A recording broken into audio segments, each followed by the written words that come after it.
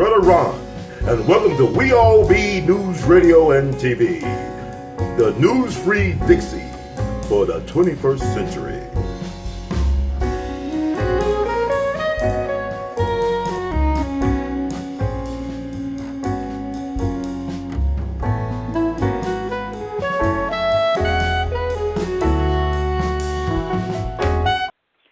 All right, guys. Hello. It's Good Friday, so that means I'm in a very, very good mood. Thank you so much for taking time out of your busy schedule to join me today. I really, really appreciate you and everything that you do for me and Judge Joe Brown and this network. We definitely love you to life. Again, you're listening to the Judge Joe Brown Show. I am Valerie Denise Jones. In a very, very mellow mood. Oh, my gosh. It's been a really, really good day.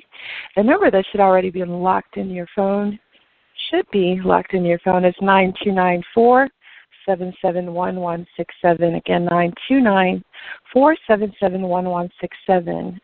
I want to thank everybody who's already in the chat room and for those people who are hanging out with me via social media. I appreciate you so much. Please make sure that you continue to tweet and post on social media while we are live, because we've got a great show for you today. I've always wanted to meet this person because we have a common denominator, and his name is Judge Joe Brown. So I feel like he's like a surrogate brother of sorts. So yeah, it's going to be a very, very good time. We definitely have some questions for him regarding media and being an investigative journalist. So I want to have that conversation with him. And, again, thank you so much to our international listeners and callers. I see you guys out there. I appreciate you guys so much for what you do for this network, and also for those people who are already on the board. Appreciate you guys so much for hanging out with us today. We're, again, going to have fun. Please don't forget to press the number 1 if you'd like to join the conversation. And, we're going to have about a 30-minute conversation. We're going to give Ron a chance to talk to us and share with us about who he is and what he does and what he represents. And then, we're going to cut the commercial break and then bring you back in so you can love on him as well. But don't forget that you have to be in a quiet area, right? We try to minimize our background noise as much as possible because you guys know this audio, and I share it on other platforms, and if the audio is poor, then they won't play it. And I don't blame them either, because he wants, ghetto, raggedy, audio to mess up their perfection. So we definitely want to make sure that we give them our best.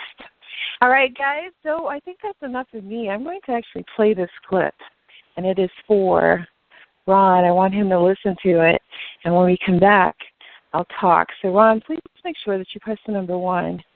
I don't know your number, but I will go in the back office and find you because the board's already lit. So, it's probably going to take a minute. I see Judge Brown in the building. Whoop, whoop. Hey, Judge Brown. Anyway, guys, I'll see you on the other side. All right, guys, we're back. You're listening to the Judge Joe Brown Show. I'm Valerie Denise Jones. I hope you enjoyed that audio. I really, truly, truly do. 929-477-1167. 929-477-1167. Please lock that number in your phone. So we want you to join us every Friday starting at 4 p.m. Eastern Standard Time. Come on over here, hang out, get your weekend started, or at least end your work week off with a bang. However you want to put it, whether you're optimist or pessimist, it all works in our favor. We love you to life. All right, so right now at this time, what I want to do is I want to open up the mic and bring in the one and only Mr. Ron. How are you? It's an honor to be on here, Sister Valerie. I'm great. Hey. Yes, I feel like I'm meeting one of my favorite celebrities, and I'm fanning out just a little bit because I remember watching you when I fell in love with Dick Gregory, and that's when I got to know you. And I remember watching, and he would be so brash, and I was like, That's a strong man. Because Dick would just go so hard sometimes to the point it was funny. But, you know, you were writing and taking notes all the time, you know, so you really didn't have time. But God bless his soul. Yeah. So, yeah, gosh, Ron, you're here. I'm excited. Tell us a little bit about you so people know why I am excited. Well, thank you, Sister Valerie. It's it's an honor to be on here to start the new year, or the now year off right in 2019. My name is Brother Ron Hurd II. People know me sometimes as Brother Ron, or also known as R2C2H2, the artivist. No, being Ronald Cortez Hurd II. I sometimes call myself the artivist. I look at myself as being an activist as well as an artist. And like Paul Robeson used to say, that artists are the gatekeepers of truth. I believe it's my duty to get the truth out there by any means necessary in terms of how I express myself. I have a platform, as you know, called We All Be TV. It's on YouTube. Just look for the name We All Be TV, one word. Also, I am the founder and director of the We All Be Group Incorporated, which is a 501c3 nonprofit. And we're all about encouraging the masses via social entrepreneurship, educational empowerment, and cultural preservation and awareness from the Black American point of view. So I've been involved in a couple of projects on the ground, out in the streets as well. Things like the Fort Pillow Massacre Project, where we actually created a counter-narrative to remember the victims of General Nathan Bedford Forrest, who was a Confederate general and also a notorious slave trader and the first Grand Wizard of the Ku Klux Klan. So we actually was key in raising $3,000 to create a historic marker in honor of his victims of the Fort Pillow Massacre, who are buried at the Memphis National Cemetery.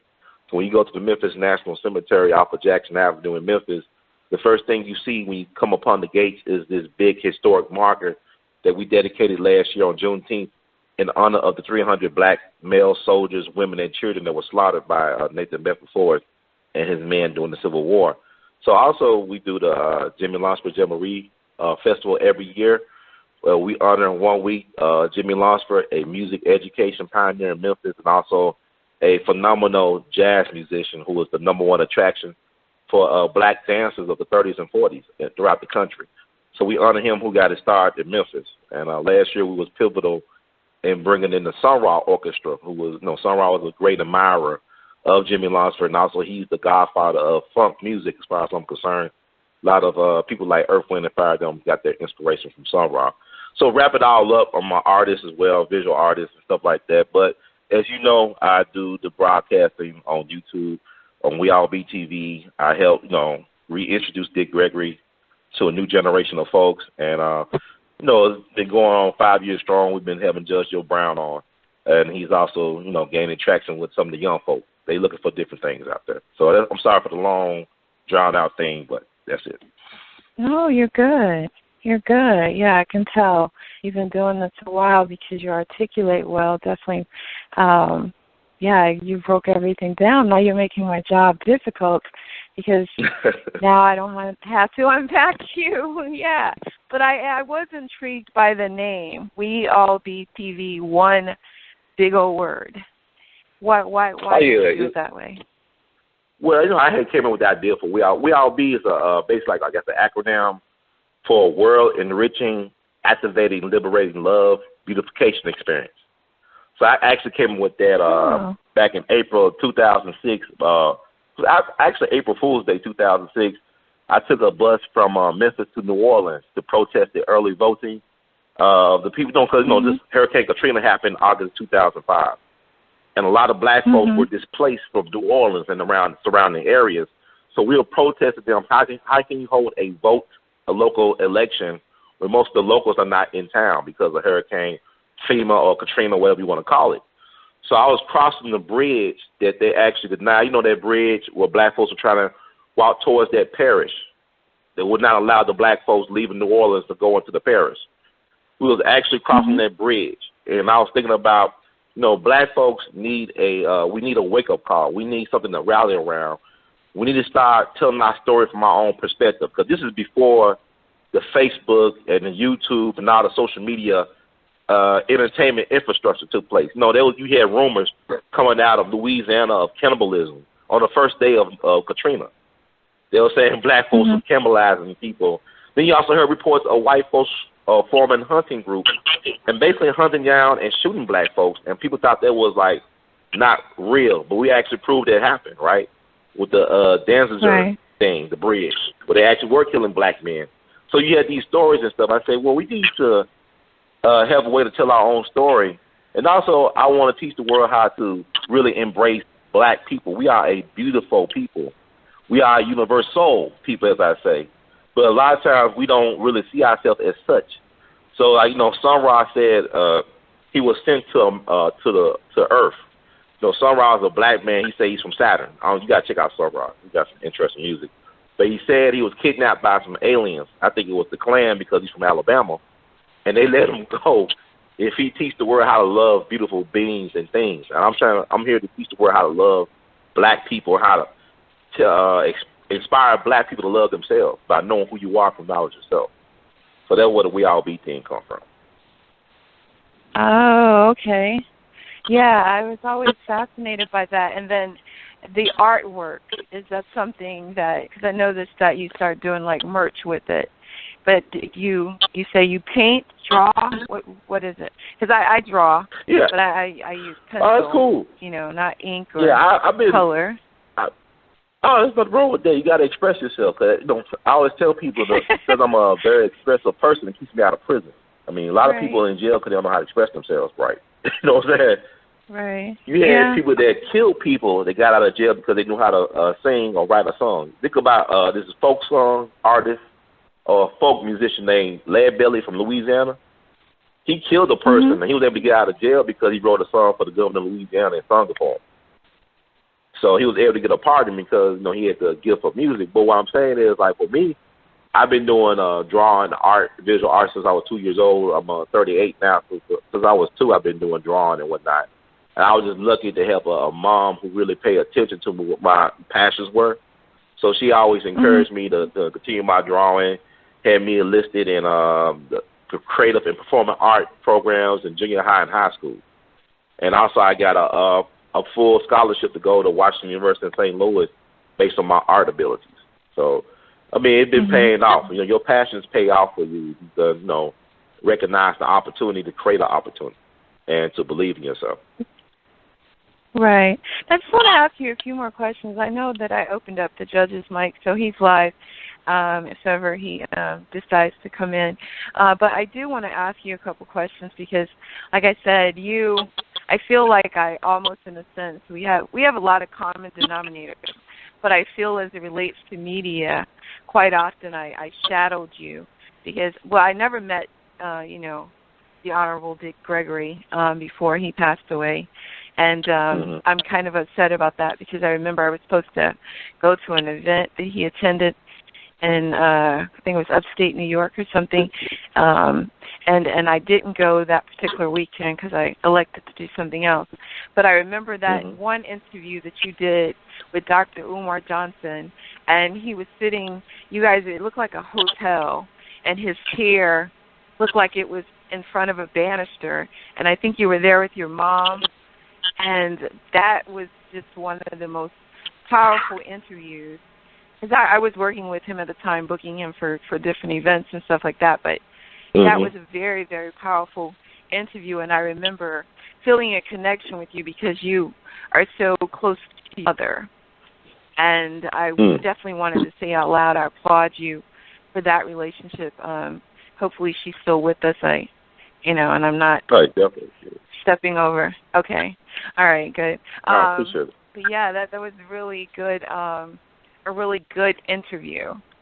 And I really, really enjoyed that. So how did you meet Judge Brown? I'm glad you asked me that question because I guess June will mark like our 5-year anniversary of knowing each other. Him being aware of me. I've been knowing about Judge Joe Brown for a while because he's a celebrity. He's one of those history makers in the city of Memphis, the city of good abode, but also because of his TV show. But I first met Judge when he was campaigning for DA back in, I would say, the spring of 2014. Maybe it was May, late May or June. I met him downtown Memphis, outside of Ernestine and Hazels. And I just asked him. I said, "Look, I'm into media. I would love to get in touch with you to do an interview." And he gave me his point person, his PR person, to get in touch with him. So back in June of 2014, the first time I ever interviewed Judge Joe Brown, and the rest is history. Mhm. Yeah, you guys make a good team. You definitely do. Yes. So I don't want to hold the judge too long, but I do want to ask you some question about investigative journalism and also this fake news thing that's out. But Judge, are you there? I know he hates my Yeah, I'm here. The judge is so I'll just do an applause right now. Beginning. All right. Excellent. I was good to hear the judge voice. You two up for for a while. I thought you two would have a synergy with each other when it came down to doing what you do. You both seem to be about the same kind of positive thing, which is a good thing. A question. Since you've been interviewing all these people, you interview them and get their perspectives. I want yours. What do you think about all of this that they're making about R. Kelly these days? I'm glad you asked me that, Judge. I would ask you the same thing. I would say this. I'm going to get out. Okay. Well, I'm a fan of R. Kelly's music, right? I'm a fan of R. Kelly. I don't care what nobody got to say about that. He's a music genius. You know, a lot of us can agree upon the fact that he's very gifted as a musician. Now, my problem is this. He has had his day in court. You know, this stuff been almost 20 years old. This stuff been going on for 20-plus years. If you go back to Aaliyah's wedding or marriage to R. Kelly. If they really had anything on R. Kelly, how come he's not in a jail cell or in a penitentiary right now? You know, what is the timing of all this right now? Well, it's this thing that they are doing right now. There is a push by this bunch to get around the law. And they have this, it seems like they have this perspective of, if we can't get them in courts, let's destroy them in the media. Mm-hmm. So the clip we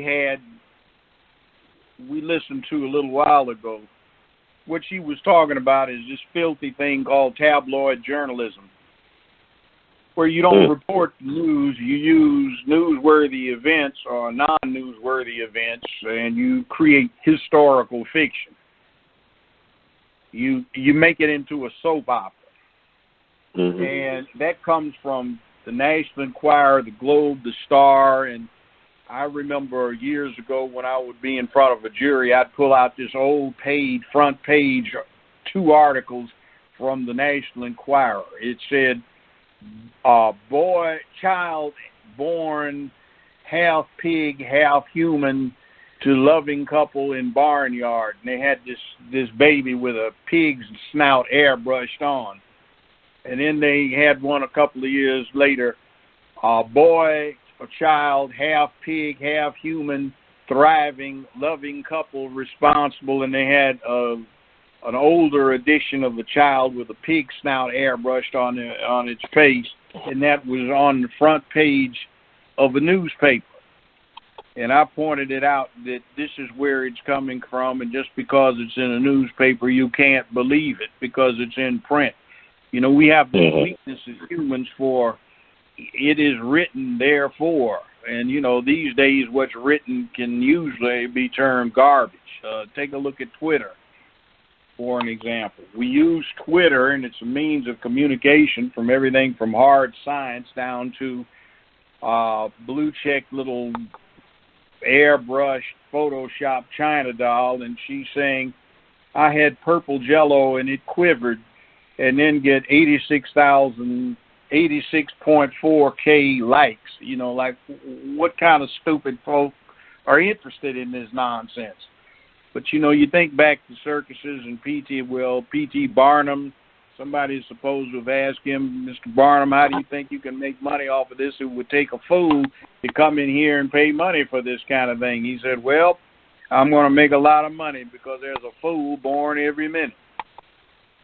You know, so it is what it is. And you pointed out, like, they couldn't get him in court, so let's destroy him otherwise. It's this hashtag #MeToo nonsense, I think, is behind it, from looking at the people. I want to ask both of you ex-wife. something then on that subject. Black Dot said something today, and he was just like, he felt like people are literally trying to control black folks' energy. Like whenever it seems like we're good, and you could tell that we're about to take it that next level thinking, we're coming together, we're working together, we're bonding. You know, there's no, the black men and women are getting along, and boom, there's always something, to divide us. Just mess up the whole Wakanda energy, so to speak. Do you guys feel that he's being used? Because like you said, the story's like 20 years old, and you could tell that they're just fascinated with this one person, but then none of the story makes sense. Like the people who are involved, Charlemagne the God shouldn't even be in the storyline. Rhea's, 1 minute she's saying one thing, another minute she isn't. It's already been brought to the attention that another person that was in the film, that, this whole thing was staged. Her daughter and son are speaking out against her. And then it came out that R. Kelly's, Aaliyah's mom, R. Kelly's former manager, who is also Aaliyah's uncle, he owns all of R. Kelly's, all of his publishings, and it's just a mess. You know what I'm saying? Like, so what was this whole thing about? It was destroy a black man. That's from my perspective. R. Kelly is foolish. Hell, I could call him a fool because he acts like it. He should have managed his own emotive desires better. But be that as it may, it's dead, and it's just something to tear things down and stir up the pot. And you've got a group of people that are once again using us to be in the forefront of some struggle that doesn't really concern us, that they can use us as sort of poster children for. And like, this R. Kelly, women have been done wrong. Men need to be suppressed. Manhood is bad. Men can't control themselves. Men are dogs, this kind of thing that you got out there. And they do a special on R. Kelly. They sensationalize it. It obviously looks like it's staged and scripted. So what's the point? Except you got an agenda you're trying to push. I also like to add, Judge makes great points, and also like to add, this is what Brother Malcolm makes. Some of the most important things he ever told us that people don't really understand is that, like, one, he said, only a fool would let their enemies be the primary educators of their children. Only a fool will let their enemies be the primary educators of their children. And also, number two, he said that the media is the most powerful entity on the planet. It influences and controls the minds of the masses. When you don't control your media, you don't control your narrative. So you don't even control your image. So right now, the mass media is treating black folks like we're living in Jonestown under Jim Jones down in Guyana. People need to look at, what is Jonestown? Who is Jim Jones? A lot of black folks that, he was over a lot of black people in his cult. And a lot of black folks were killed under him. But Jim Jones was this charismatic figure. He spoke well, had magnetism. A lot of times what they're doing with black folks, we're very emotional people. We like to follow people. It's a human thing, but a cult of personality. It's not much about the message. It is about the messenger. And with R. Kelly, what is interesting, too, like what you said about Aaliyah's uncle controlling his publishing, in that song he did last summer, I Admit, the 20-minute song, he talks about the reason why he still tours because he's broke. He has no money. See, all this stuff is coming out now because he can't pay these people off. They was extorting and blackmailing R. Kelly for years. So now he can't pay the parents and the so-called victims out. Now they're coming out with these interesting stories. But what I'm looking at is that they are running a psyops on black people using social media. Like we look at the CIA with the Operation Mockingbird. A lot of these so-called legitimate news sources are fronts for U.S. intelligence. You understand, like the Washington Post, New York Times, TV shows. Look at 60 Minutes. 60 Minutes, they got CIA consultants. The Central Intelligence Agency controls the narratives. They front these different things, but it is a war on the black hetero image. It is a war on the black man as far as the image. They try to make the black man the boogeyman of all American ills. Like Willie Horton, back in the day when they had the Willie Horton commercials from 1988 for George H.W. Bush. when he was running against Mike Dukakis for president. They put out that Willie Horton commercial, and it scared the hell out of white America. And so they, a lot of them voted for Bush. Think about Richard Nixon with Law and Order. All these things, or the Southern strategy, all these things are code words for trying to put black folks in our proper places. If you look at the history of America, most of the people, black folks who were lynched because they were business people. Like even in Memphis, Tennessee, where they had the People's Grocery lynching. Ivy Wells' good friends, the reason why they were lynched because they were successful grocery men. They had successful People's Grocery. They were doing better business than the white grocery business across the street. So a lot of black folks, a lot of people were terrorized because we were successful business people, and we're trying to organize among ourselves. You think about Black Wall Street. Think about the 100th anniversary of the Lane, Arkansas massacre. We had probably 1,000 black folks massacred across the river from Memphis because they wanted to organize their own sharecroppers union. You had the white folks come to a church meeting down in Elaine, Arkansas, shoot up a church because black people want to organize among themselves their economic rights. So, and I want to bring in some more people, of course, but I want you guys, Judge, if you don't have anything else to say on this, and I don't want to move forward, but I want to know if you guys think that this ties into the government shutdown. So, Judge, do you have anything else before I start opening up a few lines and let other people participate in the conversation? I can't say anything other than rank speculation, which I think is a wrong thing to do about whether it's tied into the government shutdown. But what they might be doing is attempting to generate ratings because people are not responding to constant bombardment about the government shutdown. Well, maybe it does, but not indirectly. It's people aren't responding the way the media wants them to and getting all wild up where they stay tuned for the next little shred of information on the government shutdown. So the R. Kelly story becomes something that you can continually go back to and create and generate story after story that's a spinoff of the thing.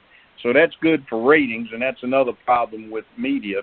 They get driven by ratings, and a lot of what we hear is nonsense to boost the ratings and get the viewer to stay tuned for the next little tidbit. But anyway, I'll rest on that one. I also like to add to that, the most important news day of the week is Friday. When the news infrastructure, when they give out the most important news, it comes on Friday. You want to know why? Because by the time the weekend hits, you forget about the story on Monday. So some of the most important information for the whole week comes out on Fridays. But by the time the weekend hits, about Monday rolls around, you forget about it. So, but also look at this, too. You look at R. Kelly, you look at Prince, you look at Michael Jackson. All these guys, Michael and Prince especially, they fought for control of their music. They fought for Michael Jackson had the Sony catalog. Prince allegedly had his own masters. And once these guys die, their wills are incontested. People don't know if these wills are legitimate, supposedly. Like, think about it. Why would you spend a lot of your life and resources trying to get your music or intellectual property in your hand only to lose it after death? R. Kelly don't even got control of his publishing. So people, you got to follow the money sometimes when it comes to this stuff. And I believe it is a distraction because you look at the movie Wag the Dog that came out over 20 years ago. People need to look at that movie, Wag the Dog. And they explain to you in layman terms what they're really about. And so, as far as distractions, because Judge talk about all the time, these like the Roman Empire days of bread and circuses, a lot of distractions. So I'll rest on that. And one more thing, that movie, they said that it was like a social media. There was a lot of fake accounts that were set up. That Netflix movie, Bird Box. It's like all this stuff coming in at the same time. All of it just seemed a little bit suspect. You know what I'm saying? Like it seems to all tie in together, but what do we pay attention to? At any given time, like where should our focus be? I think that they knew how to distract quote unquote colored folks, by putting R. Kelly in the news. That was an easy distraction. And this Bird Box thing, it's a lot. It's really, really a lot. All right, so let me open up maybe one or two mics, and let's just keep the conversation going. 229-733, 229-733. Welcome to the show. Give us your name, and do you have a question or comment? Thank you so much. I have a comment, and I'd like to say hello to Judge Joe. I'm a big fan of yours. Look, Thank you. Hey, you changed the conversation to something that's very interesting, and that is the fact how information and misinformation generates ratings. And in modern time, the times that we're living in, we have to understand that ratings are king. Ratings are king, you know, especially in the days of this type of TV that we watch, cable television, and things of that sort. Look, Donald Trump understands that. Donald Trump understands that ratings generate the audience, and that's why he flip-flops on everything every day. Now, let me to the host. She mentioned about how this type of information and disinformation is being viewed and targeted towards people of color. I think that is something that we need to really pay attention to, because, you know, with the information that's coming down the pike now, how the Russians understand that. All right, the Russians understand how they can take gullible people, such as people like Donald Trump and anybody that's in it to make a dollar. They can use disinformation, and wherever you point this information to be targeted, it works. Now, people of color need to be more involved and more in tune about really what's going on, because this is just only the beginning. You see, you know, in the age of sensationalism sells, just like sex used to sell. But now sensationalism sells, and if it's not sensational, then they don't care to air it. That's why you have so much so-called false fake news and things of that sort, because it's sensational. So people of color, we need to really kind of wake up and understand what's really going on.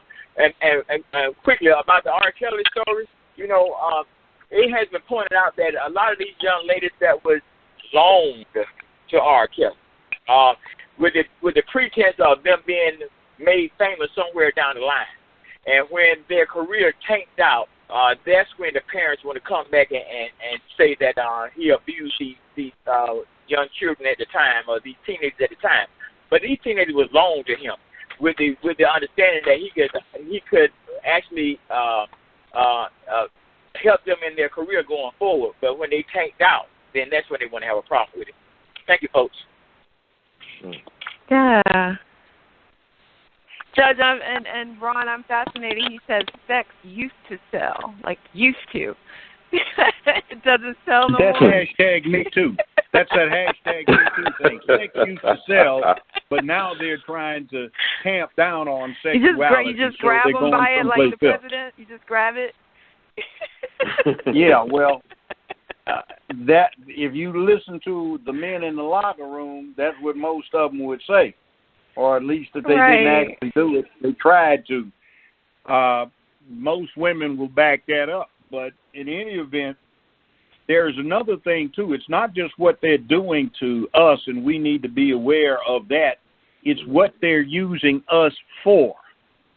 See, in other words, it's like a horror movie. Horror movies don't work if there's not something that's the subject of the movie that isn't horrifying or scary to the viewer. So they use us because we are scary to the audience they have in mind. In other words, the general white mainstream audience. And we become something to titillate them with, a horror story like the colored are getting ready to rise up on the plantations and slaughter folk. And you don't even own slaves, but you live nearby. You get all freaked out about that, and you want to go down and find the Nat Turner and the Denmark Vesey types and lynch them because it scares you. So we don't have too much direct lynching anymore, but we have a lot of what they call vicarious lynching. So we get that, and people get titillated. They stay tuned in, and they have another little secret something, a scorecard that they can say the colored, the black folk or the African Americans, this is what they're doing now. And by the way, you noticed during the Obama administration where the use of the term African American fell off and it's now gone back to black. I'm not so upset with that, but I'm just observing. We now use black. 5 years ago, it was African American everything. So maybe they're making America great again. Judge Brown, you know that. We're not human. This is not our country. You know that. I don't know why you're tripping. But anyway, let me open up two more mics and then I'll let while you're answering that. Well, here's another thing. Trump likes Black Nookie. His girlfriend for 2 years he took everywhere before the current wife was black. So she is fine too, a model. All fine, yeah. Movie star quality, all right. Yeah. But see, gotcha. That is another thing too. You titillate them. They've got this secret fear, and ultimately, if you go to some place and you sit down at a bar where they nibble cheese and crackers and they drink wine, red in hand and a glass of white on the table because they prefer the white, you hear them talking about the real problem is these atavistic black men who go around beating their women. Those are the ones that are inspiring our men to do bad things. Right? Yeah, okay. That's a little far-fetched, but they believe it. So I'll leave it at that for right now. All right, I opened up, thank you, 229733 for that comment. I opened up 904520 and 818613. Guys, welcome to the show. Please give us your name and your comment. Hey, this is Fee. My bad. And what order you want us to go in? Because, you just said 904 and 818. So what's up? Who you want to go first? And I don't want to step on 904's toes. Go ahead. All right. All right, so appreciate it, Mr. 904 over there. Look, this is Philo the Great calling out of Nashville, Tennessee. Look, I want to make a comment on this R. Kelly thing. I heard y'all talking about it. My comment is simple and plain. Anything left untreated only gets worse. R. Kelly, man, this wasn't nothing new. It all started with Aaliyah. She was a teenager. He got her pregnant. He even married her, snuck and married this little girl. And, dude got really mental health issues and he's sick when it comes to sex and pedophilia and all that. He's really turned out by that. Now, I just want to say it shouldn't have nothing to do with dude music. That's like the way they blackballing them, like taking all this music down. It shouldn't have nothing to do with that. Yes, as a person, he's sick. As a person, he needs mental help. As a person, he needs to be checked in. As a person, he ain't shit, in my opinion. But as far as his music, his talent, that should not have anything to do with dude's personal issues. But dude is sick, man. This is something we all knew. Now that they bringing it out, yes, dude is broke. He illiterate, can't read, so to say. So all these things you learning about this dude who then wrote all these hit records, and right now don't have a pot to piss in and the one to throw it out.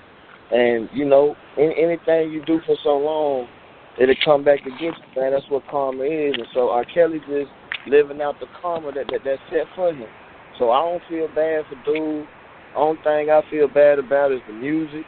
That all that good music that dude made, you can't stream it, you can't go listen to it, because ain't nobody behind it no more. But other than that, man, shit, damn R. Kelly. That's Philo the Great.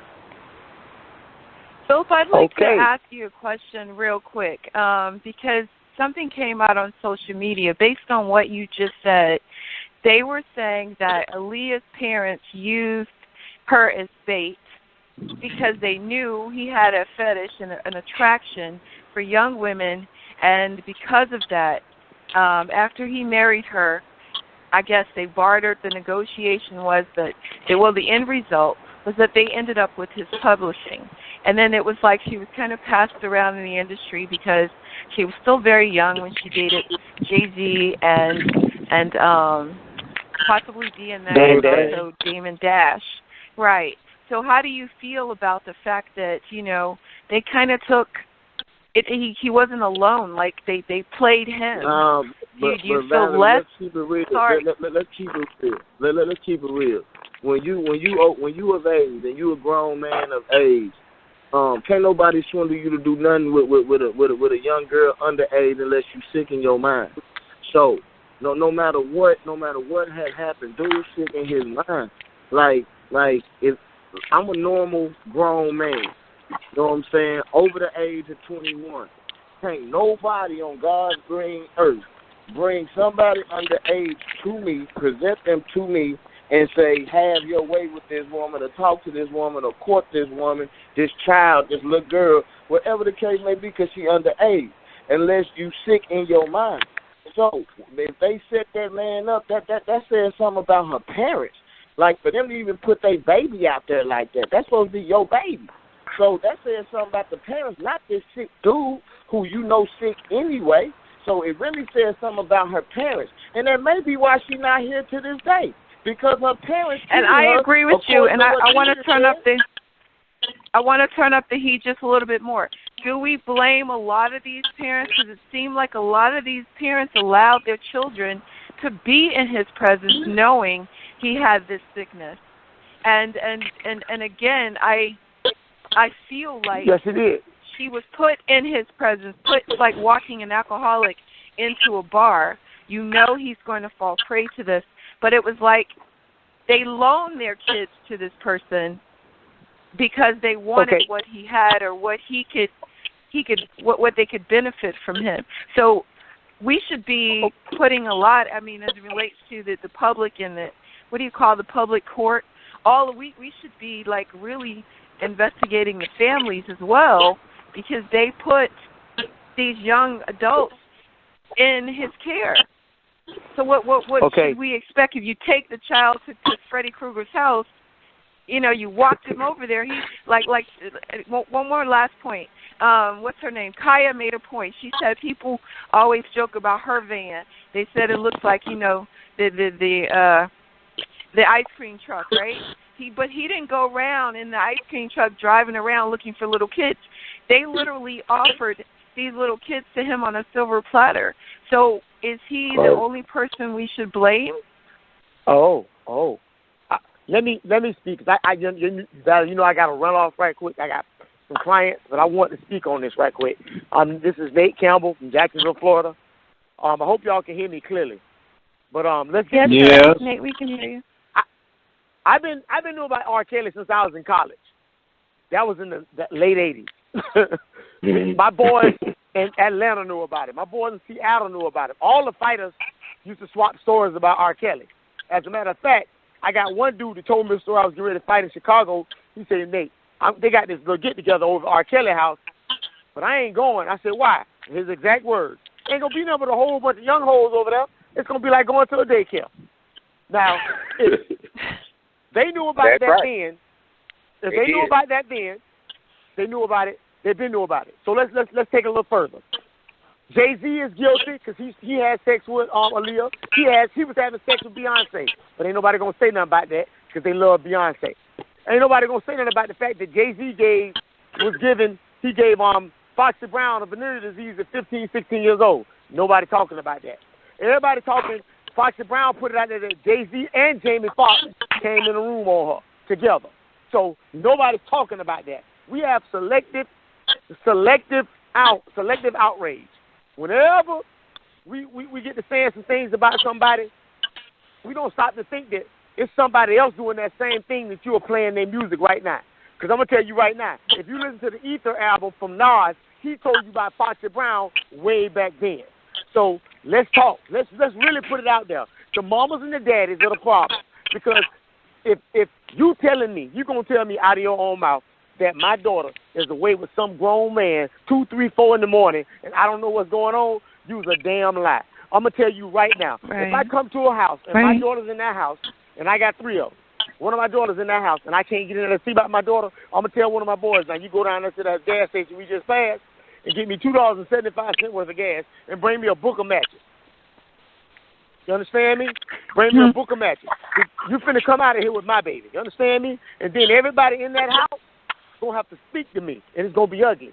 If I'd have found out and saw a tape of R. Kelly having carnal sex with my little bitty 14, 15-year-old daughter, and he urinates on her, I would cut his head off and go downtown to the police department, sit, you know how you go into the police department and you walk up to the desk and say, "May I speak to Sergeant so-and-so?" I would go sit down there right across from the desk with his head on my lap, and I go to singing, "I don't see nothing wrong," right there that day. But see, the problem is you got a bunch of these old sissified-ass parents that let this man have their way with his daughter because they had a business plan. Because let me tell you something. Aaliyah mama and dad is still getting paid off of Aaliyah's music right now. And that money should have been R. Kelly's money, but because they knew he knew they had something on him, he was allowed to do what he did to her. But the law indemnifies them by saying we didn't know. But it puts him in a position of being a criminal. So listen, I'm not saying he don't deserve to go to jail because he do, but they should go to jail first because it was their job to protect their baby. That's their baby. His mama. Man. Let me tell y'all something.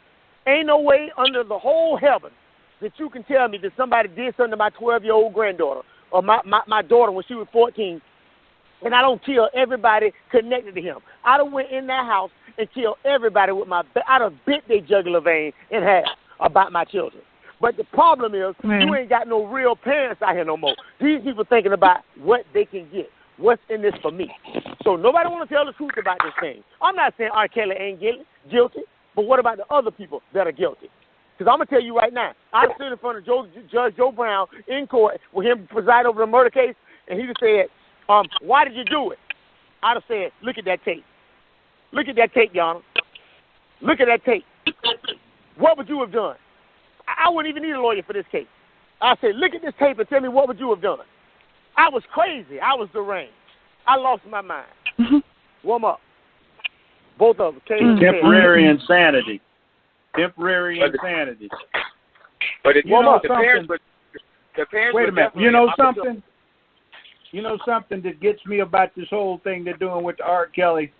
I don't really know what her name was, but the woman that said she also had sex with that girl. There you go. That's against the law. They haven't done anything to her. It's a felony. I don't know what the Illinois statute of limitations is, but there you go. That's probable cause to prosecute somebody. But everybody's mad at R. Kelly. Yeah. See, the other thing is about the mamas. That's how that Michael Jackson worked, was the mothers brought these kids to them. And you go and see when they occasionally get a 18 cinema with 18 screens, and you've got 7 of them on a redo on that last Michael Jackson tour, and all these fat women walk in there with their sons with white socks on and one glove on. Like, what the hell is wrong with you? You would like to have your boy turned over to this dead pervert? And they just love it. And nothing's done to them. I think that's at least contributing to the delinquency of a minor. I mean, an accessory to,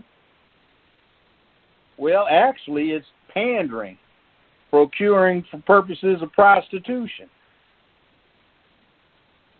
Well, Judge, with the Michael Jackson thing, this is my issue with that. I'm just going to be a man of reason on that. He did settle out of court the first time around. When he took it to court, he beat it back in 2005. The DA tore up Neverland Ranch looking for evidence that he did anything to anybody, and they couldn't find it. They tore up Neverland Ranch. He couldn't live there no more. He was just so traumatized by the whole thing. According to him, And also, I remember when Jermaine Jackson was on Larry King post-trial.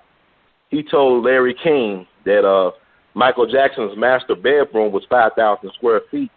And I think a person would think if his master bedroom was 5,000 square feet, how big was the bed he was sharing?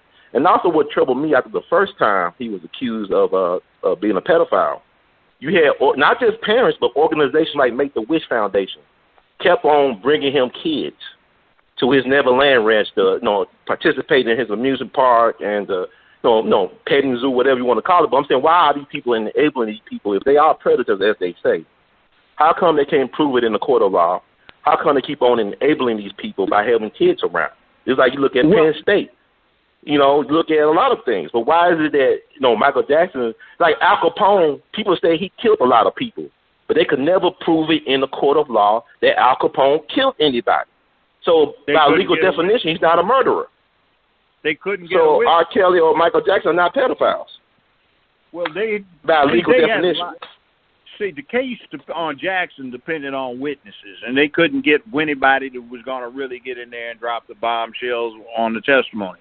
But what gets me to prove the case that he really was, but, they couldn't get a criminal conviction, is when that fool was out there in the rain under that black umbrella talking about there was nothing wrong with a grown man showing love to a child who is not a relative under 10 by being naked in the bed with him. And he said that out of his own mouth, and I've heard that recording several times, so unless they doctored it, he's admitted to being a pedophile. But they couldn't prove it in court. Everybody knows who did it, but you can't prove it using legal methodology. But they got John Gotti in jail, right, for wiretaps, right? He was incriminating himself, right? He's incriminating himself. But they got him in jail for that. Yeah, but see, they got the bull testifying against him. And how can you trust a snitch or a mobster? Oh, hell no. But even with Aaliyah, I'm gonna tell y'all something. People, we gotta do our research. I have a relative right now. He was 28 when he married his wife. When she was 14, right? They've been married for 64 years. It's like Elvis Presley met Priscilla Presley when she was a teenager. The parents were okay with that. Jerry Lee Lewis, another musician, married his 13-year-old cousin when he was a grown man. I remember when I was in junior high school, I knew 14-year-old girls that were dating 30-year-old men. In junior high, this was 20-something years ago. So we act like this stuff just happened, and he didn't go to no daycare. He went to high school parking lots. I mean, when I was in high school, you had older guys with their fast cars hanging out in the parking lot, taking the girls to the mall of Memphis to buy some Jordans or get some McDonald's.